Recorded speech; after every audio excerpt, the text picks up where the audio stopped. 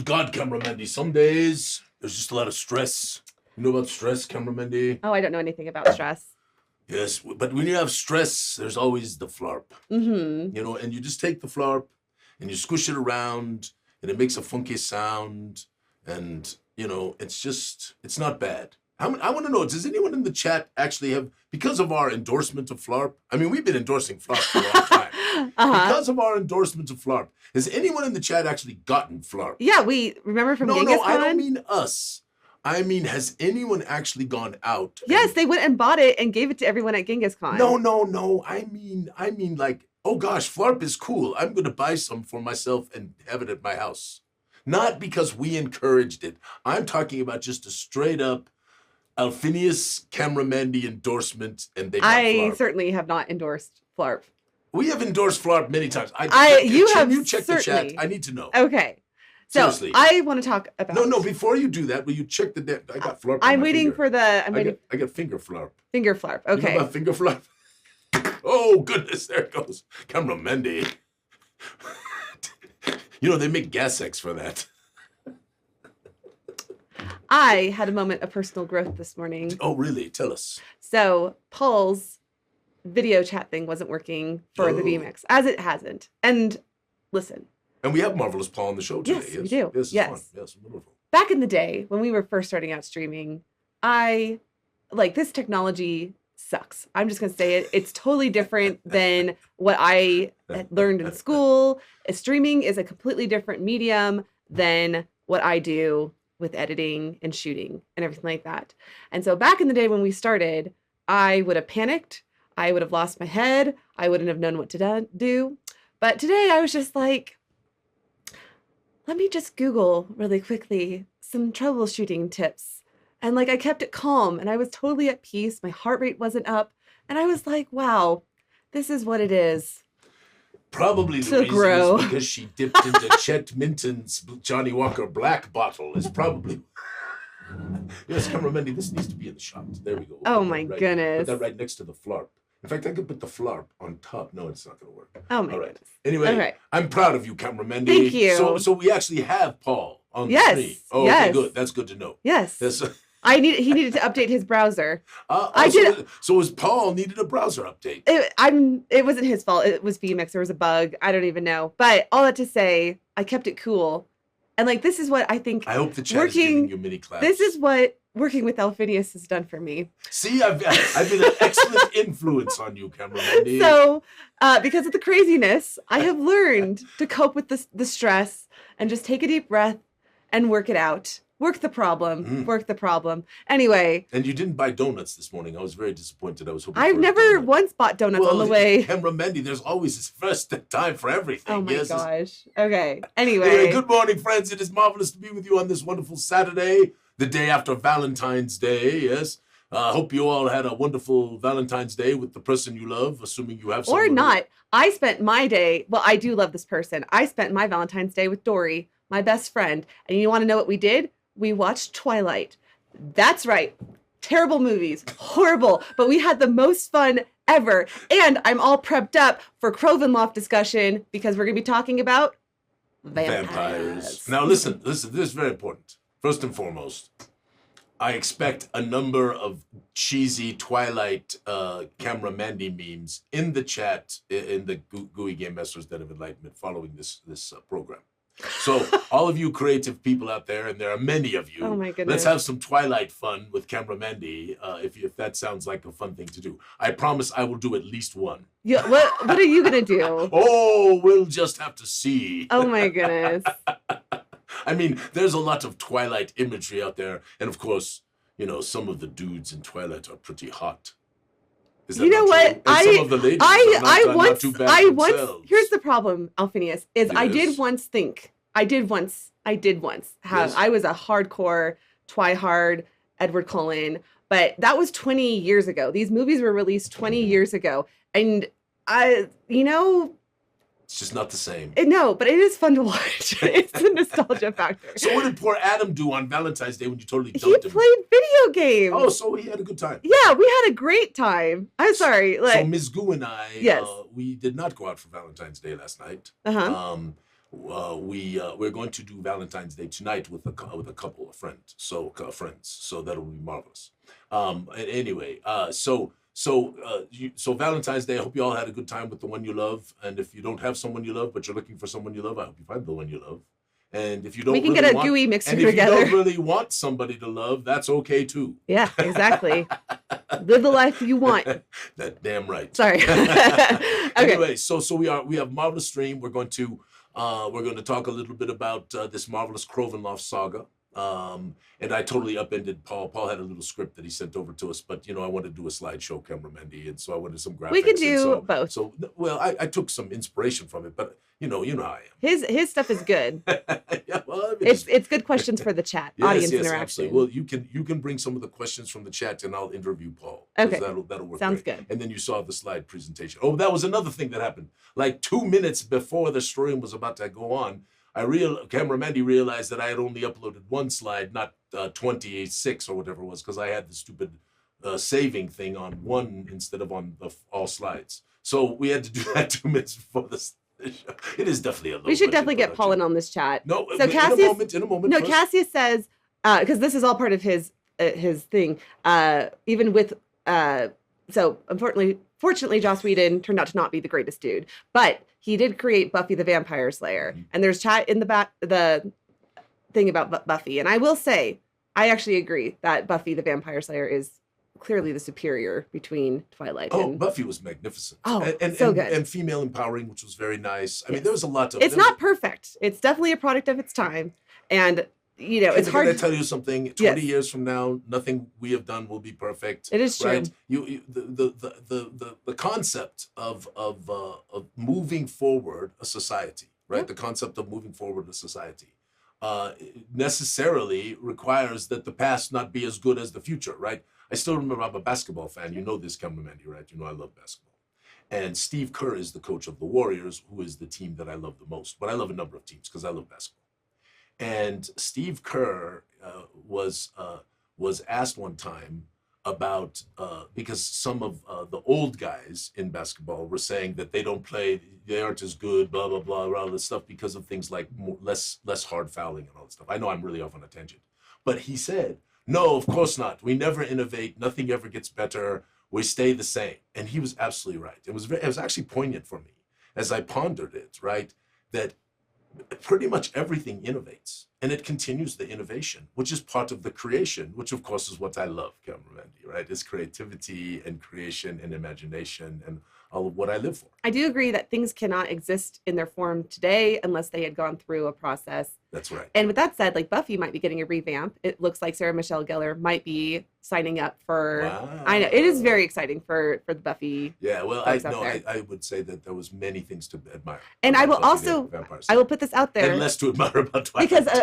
we'll stop talking about Buffy and Twilight in just a second, but we will be talking about vampires. I don't know, is the chat enjoying it? Yeah. Because, see, the thing is, what I never know is we go off on these tangents, and then the chat is like, "This is great." Okay, I'm just gonna. People may not know this, so I'm just putting this out there. There was an audiobook released for Buffy the Vampire Slayer with a lot of the voice actors, including the ones that played Cordelia.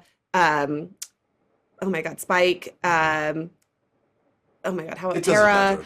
It was written by Amber Benson, and it's out now. It came out last year, and I cannot for the life of me remember what it's called, but it was very fun to listen to. So if you're a Buffy fan and would enjoy listening to the actress who played Anya was on there. I mean, it was so good. So I'm just putting that out there. It's on audiobook if you're on Audible, if you're interested in something like that. Okay. So anyway. Yeah, because we're all talking about vampires. Vampires are big today. There's still a classic. I almost grabbed it for you. There's a classic clip of Boris Karloff, I believe, who when he was playing Dracula, and the screaming lady, and it's quiet. I think it's either a silent film or anyway, it's a classic clip, and I've seen it many times.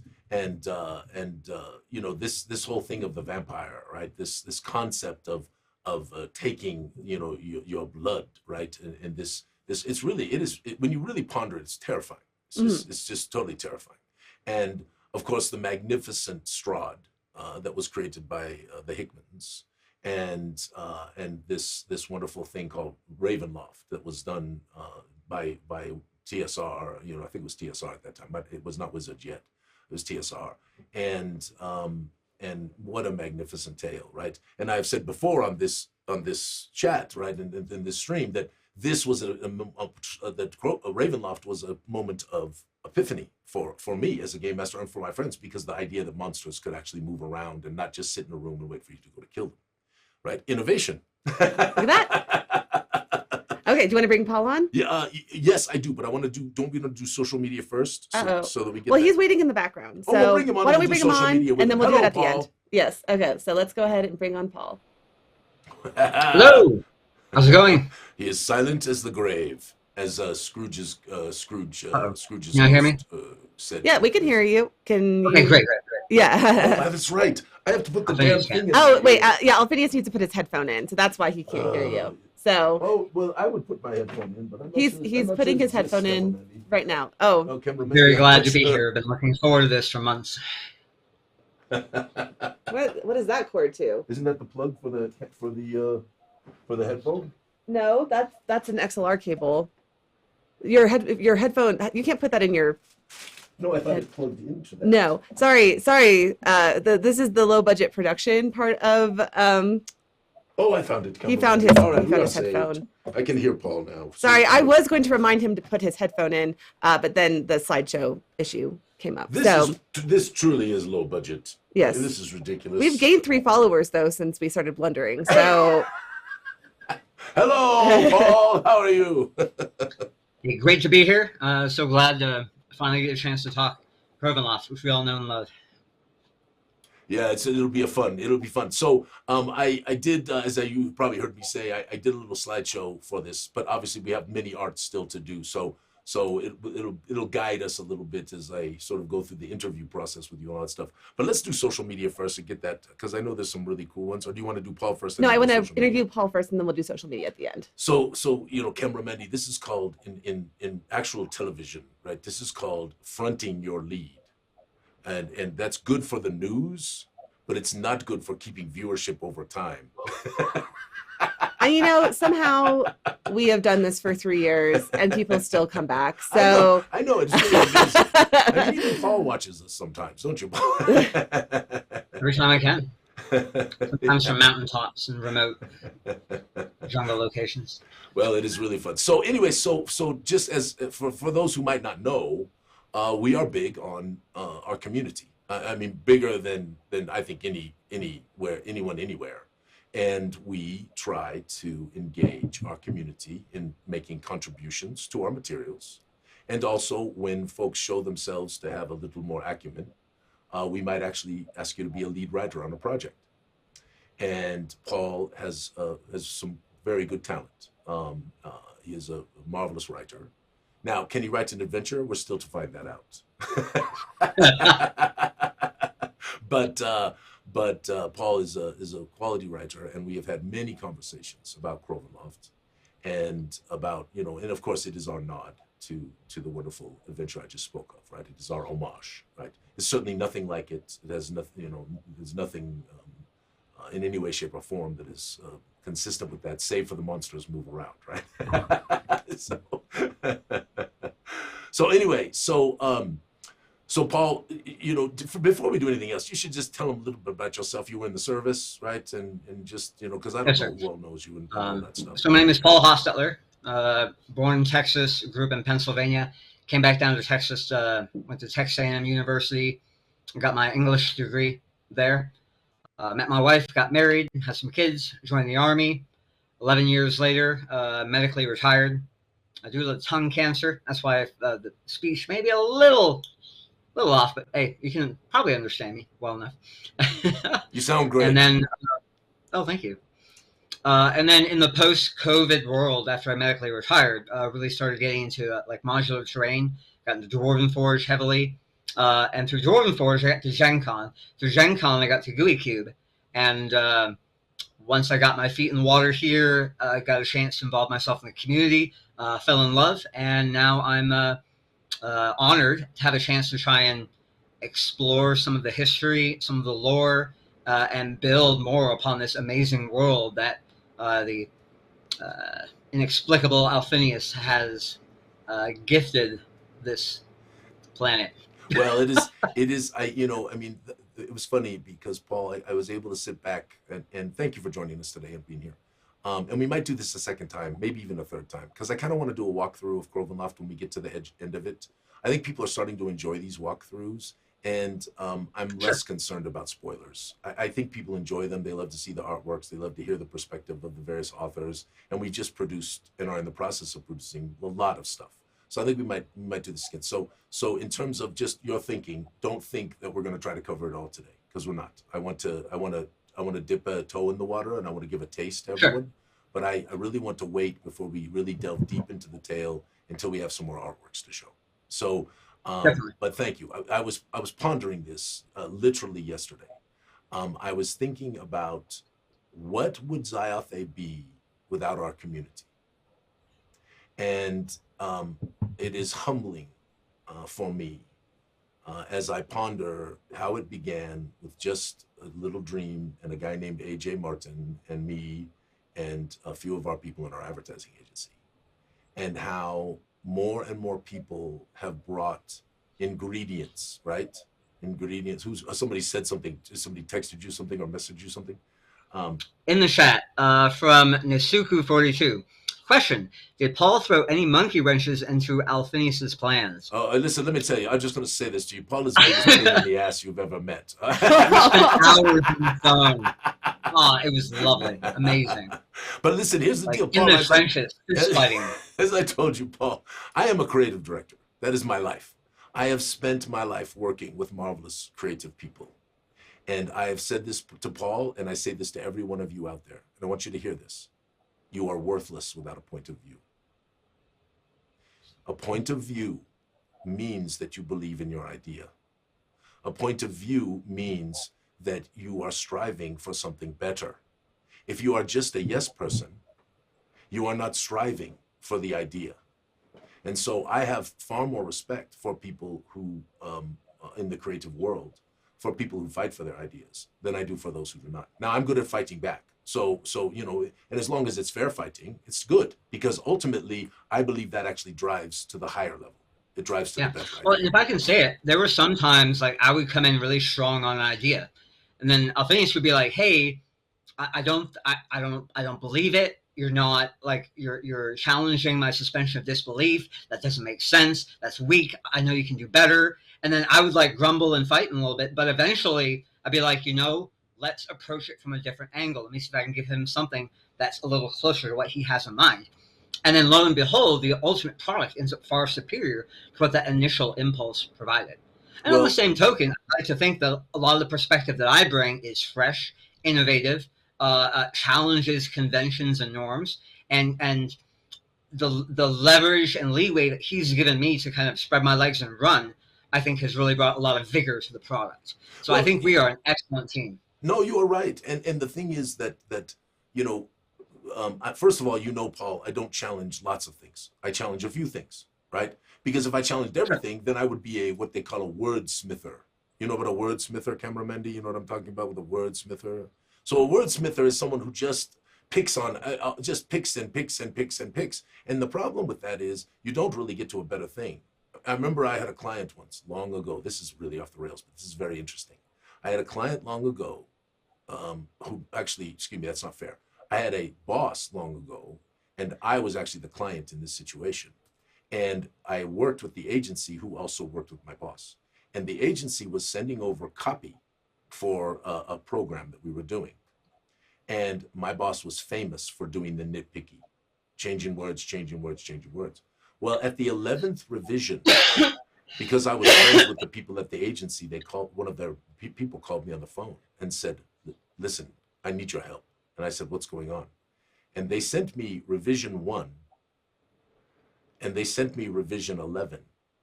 And she had changed back about 60% of the content to what was in revision 1.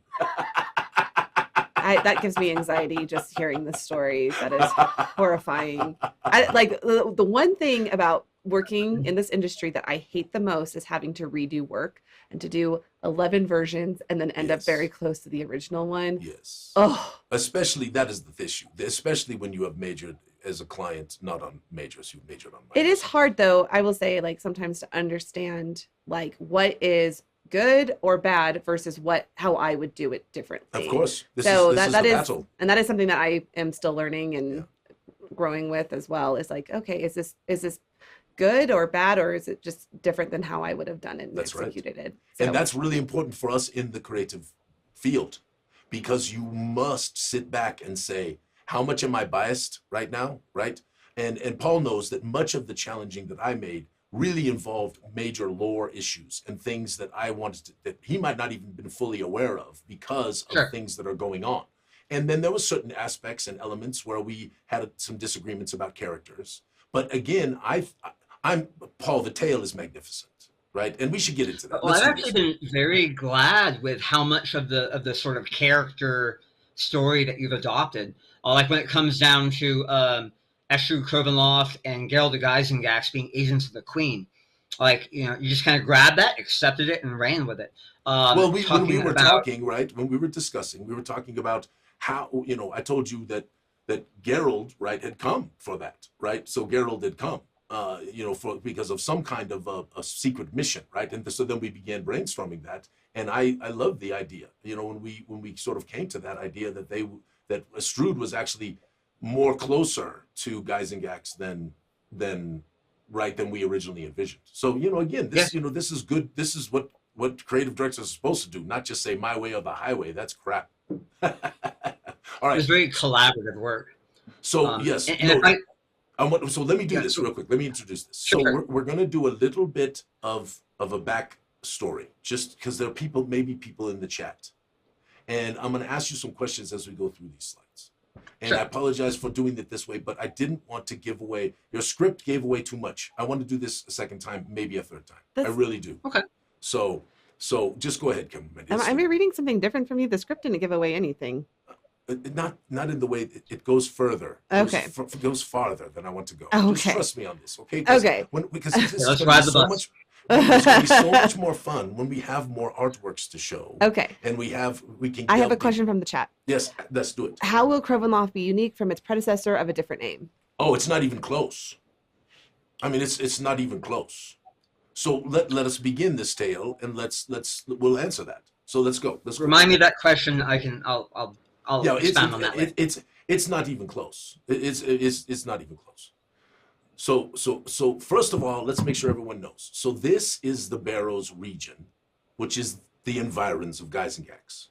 And we've shown this before, so most people have seen this already. But that little red dot is the approximate area where the village of Ethholm lies, which is actually in a place called the Barrows Dale, which is named for the Barrows region, which is also called the Barrowlands.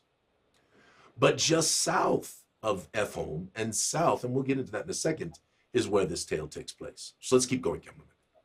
So obviously the Geisengax family is a major part of this tale, and the Geisengax family has come to here because of the whole Tomb of Geisengax adventure. But that all relates to this next person, who is Geralt Geisengax. And so the striving, and what Paul, and I'm going to ask you your first question here in a second, Paul, but the striving that we have done with this is, how does the tale of Crovenloft relate to the tale of Geisengax, which relates to what's going on in the entirety of the environs? And this, Paul, this was where our first discussions really began, right? Because I started asking you, I wanted to relate. How are we going to do that, right? So go. So tell us a little bit about the thought process and sort of, and don't go too deep because we don't overhang the market. But let's do this. So when I got approached for the Crovenloft project, I had two primary source documents that I had to reference that were already established canonically. One was the Encyclopedia Zyathé, specifically Volume 3, East Verdestia, which outlined the history and the culture of Vanzentia, which is the nation that this particular adventure takes place in. And the second source document was the Ghost Stone Adventure, which was a sort of a preview module developed supporting the Geisengax Kickstarter that kind of introduces us into the Crovenloft area. So when approaching this project, the first thing I had to do was understand, what is Vanzentia? What is this nation? What is this history that I am coming into? And then when it came to the Ghost Stone, what is this family that I'm telling a story about? So let me interrupt you for a second, because I want to ask you another question. So Sure. for everyone out there in the chat, I want to tell you how important this is to me, right? Because Paul knows I screamed it from the rooftops, and I scream it from the rooftops to every author, right? Everything in the world has to make sense, what Paul was saying earlier. Everything has to interrelate and have an understanding, right? I mean, if you think about it, let's just think about this for a moment. Why the heck does some super powerful wizard, right, come out to this little podunk town? Cameraman, it'd be like you and me moving to Hasty. Why would we move to, so Hasty, you can Google that on the, it's like this little tiny town out in the boondocks of Colorado. Why would this wizard do this? And not only do that, but also bring a bunch of his adventuring friends and people from his past, and they come following him to this little podunk town. Now you set the stage for a potentially a suspension of disbelief. Why the hell is he there? Right, Paul? And so this, keep going now. So we had this discussion, why the hell is he there? And I kind of gave you some ideas about why he was there, but why the hell is Estrud there as well? Keep going. Because I think the initial concept was like, okay, well, Estrud is Stratinava's great-grandfather, and you want Stratinava to be 18 years or older. So that kind of created a timeline going back to where, okay, well, he has to be around this age, this many years old. Okay, well then, how old is Geralt Gysengax? Well, he has an adult son who has children at this level. Okay, so then you take the whole timeline of the country. Well, there was a civil war. So you have the massacre 10 years ago. You have the Civil War about 10 years before that. And then you start piecing in, okay, where were these important people in these important historical times, and what were they doing? How did the people affect the times? How did the times affect the people? So the first and foremost, we had to build a coherent timeline to reference. So as his great-grandfather, that means that there's Stratinava, who is the antagonist of the Crovenloft adventure that we're working with. She has a mother and a father who had a mother and a father who had Estrud Crovenloft. So, well, what happened to those people in between? Where are they? What were they doing? And so we're kind of working backwards from the canon that was established in Ghoststone, cross-referencing it to the history in East Verdestia, Volume 3. I wanted to build the framework for a story that checks all the blocks and fits consistently with all established timelines and canon. Yes, and this was a magnificent discussion, because at the same time you and I were having this discussion, of course, I was working with our team on the Tomb of Gysengax, right? And so this marvelous soup began to bubble on the table, right? I mean, on the stove, right? And we put a little bit of this and a little bit of that, and we began talking it through. And honestly, it added to the tale, Paul, and you did add to the tale, and not only just you. I hope Corey is watching, because Vanzentia was Corey's creation, right? And another brilliant world.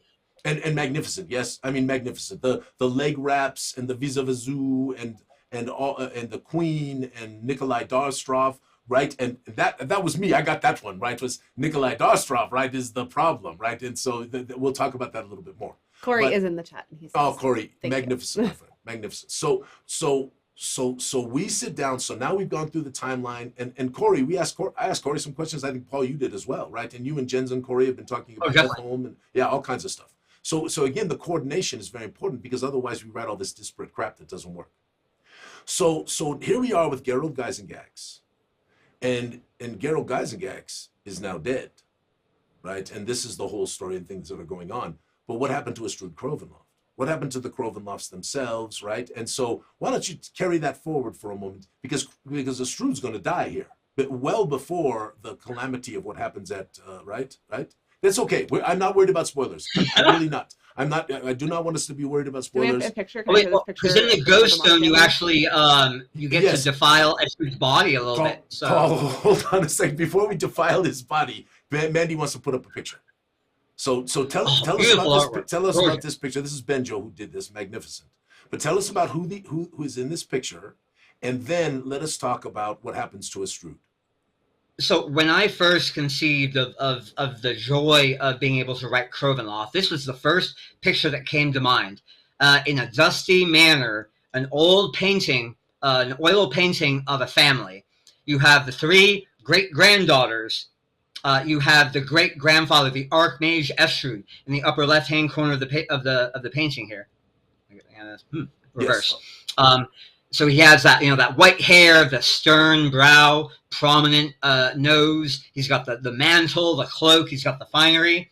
That is Estrud Crovenloft, Archmage of Queen Meritfilm of the Van Zentia. King, yes, king though. It's the king, right, Martin Flynn? Because no, queen, because you're talking about Nadiana. Nadiana Meritfilm. Yes, not because the king was assassinated, which also figures a little bit into this tale, which is what I absolutely yeah. I mean, so he served the king and then later his daughter after he helped reappropriate her from Donvan. From Donvan, yes. Yeah. Yes. All right, keep going. So the anyway, one to the right of the little red-haired girl is Astrud. If that is in my screen, it's to the left, but I don't know for sure because I get all confused about this. It's the upper left-hand corner. So yes. The thinner old man is Estrud. And now who's opposite on the right? him on the other side, with the the twirlier mustache, the wider, pointier beard, the pendant on his chest, that is Gerald the Geisengax, who for story, well, in real life was based on Gary Geisengax, Gary Gygax. Jeez, I do that too. Creator of Dungeons and Dragons, and the inspiration behind the Tombs of Geisengax Kickstarter, and the environs, Bloom, Ethelm, Crovenloft, you name it. Kind of a living credit. What's the word? Homage. Homage, sure. So the question was, do we have the audacity to connect Estrud Crovenloft to Gerald Geisengax? The answer is yes, we do. So in the past between them, they being both powerful archmages who have been called upon in times past to serve their country, eventually their paths ended up crossing, and a sort of peership or kinship developed out of their mutual interest in protecting their homeland. So far, so much so, in fact, that when deployed to the Barrows region via order of the Queen, their families, there was sort of an intertwining there, where he became more of like a great-granduncle more than just a friend. Yes, because there was some tragedy. There was some tragedy with the parents and some tragedy, right, and these kinds of things that happened. And let me interrupt you for a second, because for those of you who have been watching our walkthrough of the Tomb of Geisengax, you know that the reason the Queen sent these two very important, for lack of a better term, they are operatives, they're spies, right? Was because word had come to her in her mind through her spies that there was the possibility of this weapon of mass destruction called the Nether Vortronix sequestered somewhere in the Barrowlands area region.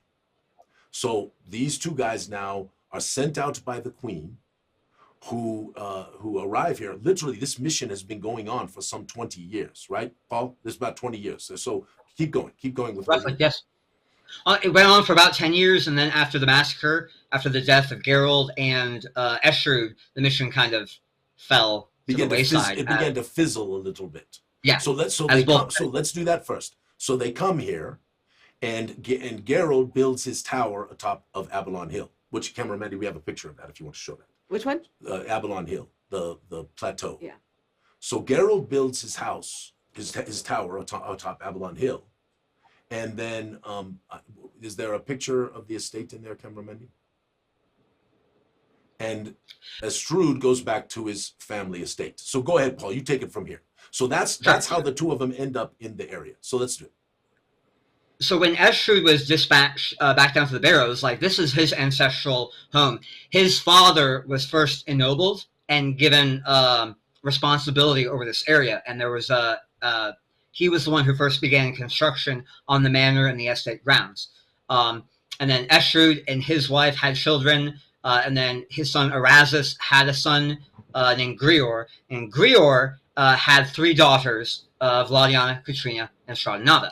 So when Estrud came down to explore and try and identify this nether vortex and try and find out more information about it, he took that opportunity to kind of do some improvements around the house, do some more construction.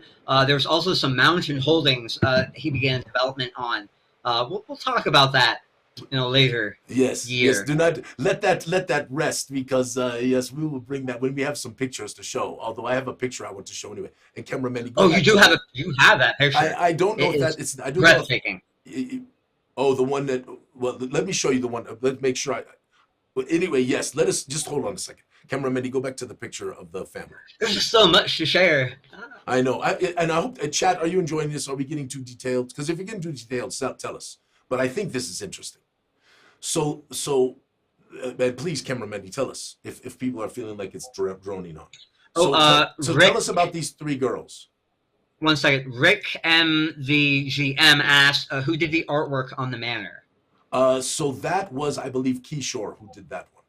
I believe it was Kishore. I don't remember for sure, but I believe it was Kishore who did this one.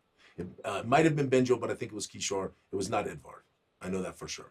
And we've got about 5. Enga and his friend are working for us, and then we've got a couple of others who are doing stuff because we got a lot of artwork producing. But tell us about these 3 girls. So there's 3 great granddaughters of Estrud Crovenloft. Yes, there's 3 of them. The sisters, yes. Yes, go, because they are very important.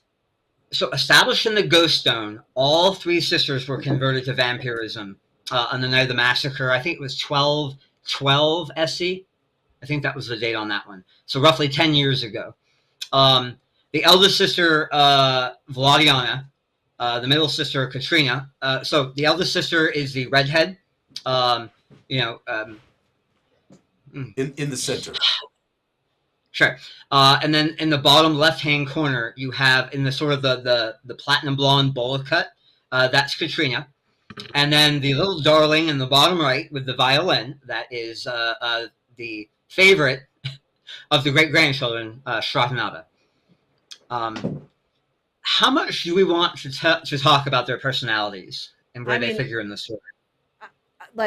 Just so everyone has reference, we have about 20 slides to go and we have 22 minutes. Yes. So let us tale for another time. Let us short shrift a little bit. But just to say for short, there is a lot of evidence. There are clues, if you look very carefully in the painting, in their mannerisms, their wear, their postures, their looks. There are a lot of character context clues that can help you begin to develop an understanding of what and who these characters are. So yes, absolutely. And so the thing this is a masterpiece. I really love it, except for the one because Benjo had his arm a little bit long, and this is actually the old one that we fixed it. Benjo, I was like, Benjo, Paul was like, is there something wrong with his arm? And I looked at that and I went, oh, he's got the longest arms in the history of the world. So so Benjo fixed that. But let's short shrift this so that we get to the meat of the tale and we can continue. So it's been about 10 years, and Garo Geisengax has built his tower. And Estrud Crovenloft is there, and Garo Geisengax has brought other adventuring companions to the village of Ethholm, because this is a big deal. You need to understand this. This is an etheric weapon called the Nether Vortrix, and there are rumored to be a number of them sequestered in places around the world. And it is like super potent. Okay? So Garo Geisengax is all gung-ho about doing this. He comes there, and what you will learn in the tomb of Geisengax is that he begins to have reflection and reticence over whether he should find this thing at all, because he doesn't think anyone should have the power of this thing in the modern day. So this is all part of the underpinnings of the tale. And now Estrud falls ill. Yes? So go ahead and tell us about that, Paul. So Estrud falls ill, and just go ahead and give us that tale. So as referenced in the Ghost Stone, in some of the background story that Dan the Didactic will give the player characters, like in the hook, in the beginning portion of the module. There was a Drana Dreadnare, who was a local spellcaster. I refer to her as a spell witch, but she was sort of a local seeress / practitioner of questionable magical arts. There were some rumors going around that she was doing what was the bad kind of magic? Corruptic magic. Corruptic magic. Yeah, Yes, she was a stepping corpsic sorcerer. Yes. She pens a document called the Book of Dread, which contains forbidden secrets on the level that immediately after writing it, she hangs herself in the county square. Right in the middle of after which, the founder's stone, which is this monolithic stone monument that had found its place in the center of Etholm, became known as the Ghost Stone, as her tortured spirit began to haunt it. Until one day, a mysterious mage rides into town.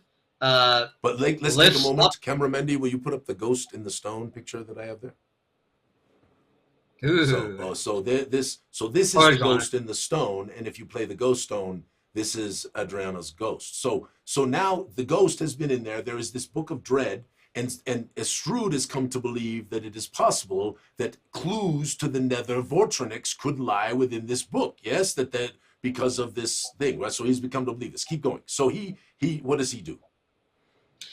So he uses his magic to pick up the stone, throws it on the back of a cart, and then takes it off where he sequesters it on Crovenloft Manor grounds, which is in the Ghost Stone. You actually dispatched to go consult the ghost of Adrana to gain access to the book, which had been sealed by a magical password. So in the events of the Ghost Stone, you travel to Crovenloft Manor, you sneak around. You want nothing to do with Shradanava, who'd been imprisoned on the estate grounds, in order to try and there she is. So let's jump back for a second, because I want to catch this tale. So Estrud has now taken the ghost stone to his place. He is digging around trying to find about the Red Nether Vortronics. Geisengax has built his tower. He's digging around trying to find about, and they're trying to do this all in secret as much as possible. So there really are only a few people, even the adventuring friends that Geisengax has brought, there are only a few people who actually know about this. And then Estrud falls ill, right? So he falls ill. And levitating the stone arguably was his last great feat of magical prowess. As to whether or not that contributed to his declining health, that's speculative. So there were a number of other things going on. Yeah, because old age, they can't heal him, right? He can't. They're trying to heal him, but it doesn't really work.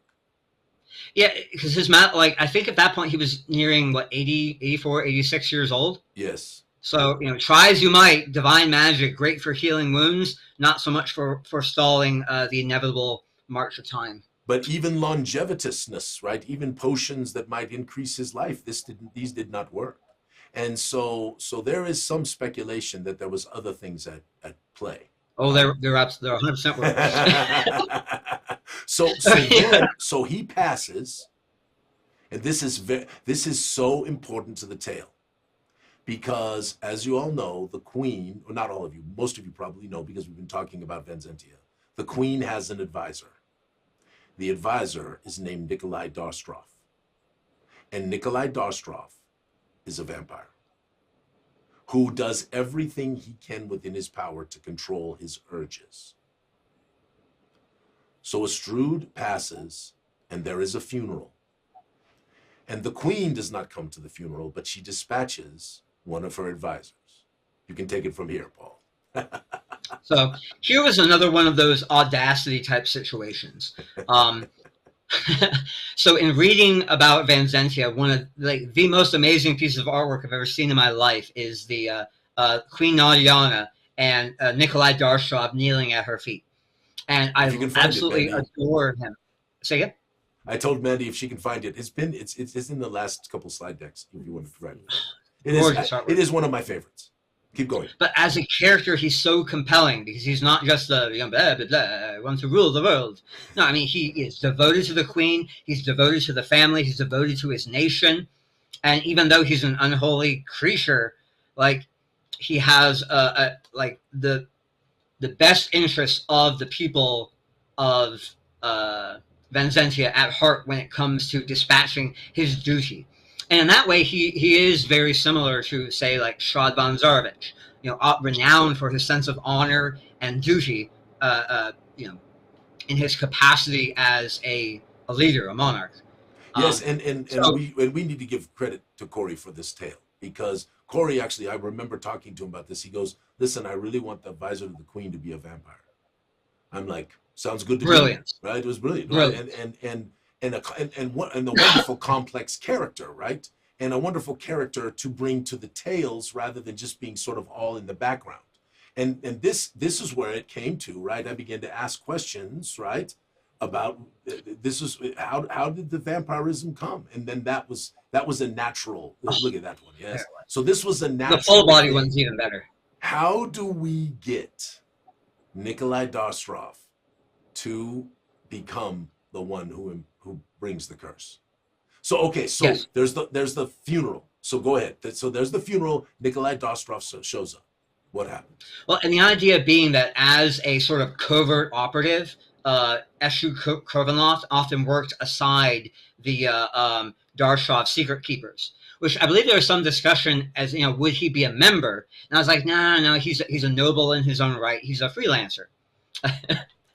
But having worked so closely with him in the past, both pre, during, and post-Civil War, there was a rather tight-knit group of higher-level adventurers, both in the clergy, Darstrov, Estrud, Gerald, that kind of were contemporaries of each other. And with the passing of Estrud, Darstrov decided to make the journey down south, A, not only to pay his respects to a fallen friend, but B, hey, are there any loose threads still hanging out with this whole Nether Vortex thing? Where are we with that? Kind of important. This is very important. The queen is like, what the hell, boys? One of you has died. It's been 10 years. What's going on with the Nether Vortex? Now, in fairness, to avoid the suspension of disbelief for people, the region is big. And there are many ruins in the area to explore. This is why Guys and Gags actually brought all those dang adventurers and actually founded a little mini adventurers college, because he realized relatively soon on, there's no way that he and Estrud can explore all these things. It's going to take decades. So he figures out this is a plan. So it brings this to the tale. And now, of course, the queen says, Nikolai, I don't trust a lot of people to go talk to them. I need you to go talk to them. Really, to talk to Geralt, because now we have lost Estrud. I have to know what's going on. And of course, Gyzagax, the complexity of the tale is Gyzagax is now starting to drag his feet, because he's starting to think, I don't want to. Anyway, okay, so he shows up, there's the funeral, and then what happens? Now, this is where things start to get good. So, I think it's already really good, man. So Darstrov actually ends up fleeing the region before the funeral even takes place. He arrives at Crovenloft Manor, is received by the family, dines with them. Then something transpires where Darstrov leaves before the funeral even commences. And the eldest daughter, Vladiana, also has gone missing from the happenings. She's a bit of a black sheep, so it really a few people breathed a sigh of relief that she wouldn't be at the funeral to potentially complicate things. The funeral takes place. It's a lovely ceremony. Griot Crovenloft actually steps up and impresses people.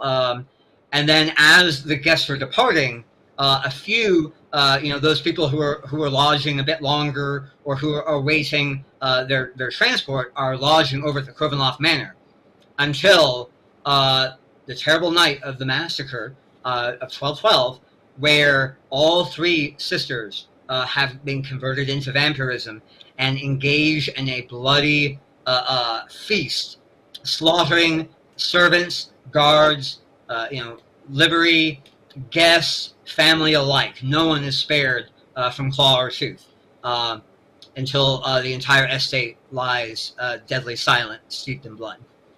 So that is the foundation of the tale. Chad, I hope you are liking this, because I think this is, the integration of the tale, and I hope you are liking this, because I think it is just a magnificent, that would be a great novel.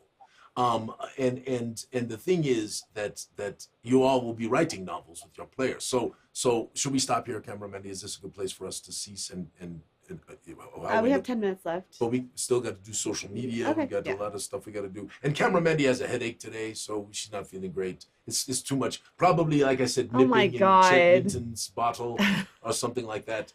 Oh. So Paul, magnificent, man. I'm excited. To There is one more thing. I don't know if you read the script or not, but there's going to be a surprise reveal and a live Alphinius reaction. You may not have seen that in the script, but it was there. Do you want to do it now, or do you want to hold it? Oh, I think he's definitely wanting to do it I know now. he wants to do it, but the thing is it the right time? Mandy, throw the switch. And also, oh, yeah, very nice.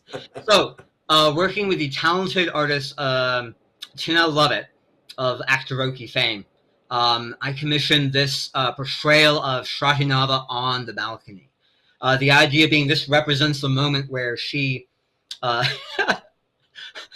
first becomes aware of the players in the Crovenloft adventure breaching her walls and entering her domain unbidden. I was hoping to have this under my foreword. Absolutely beautiful representation. So, Alphinius, live reaction, go. It's beautiful. Yes, marvelous, just magnificent. I am so excited to pass through as we go through and do the artworks for this tale, and bring these characters to life, and have them breathe and be. And no, this is very nice. It's very nice.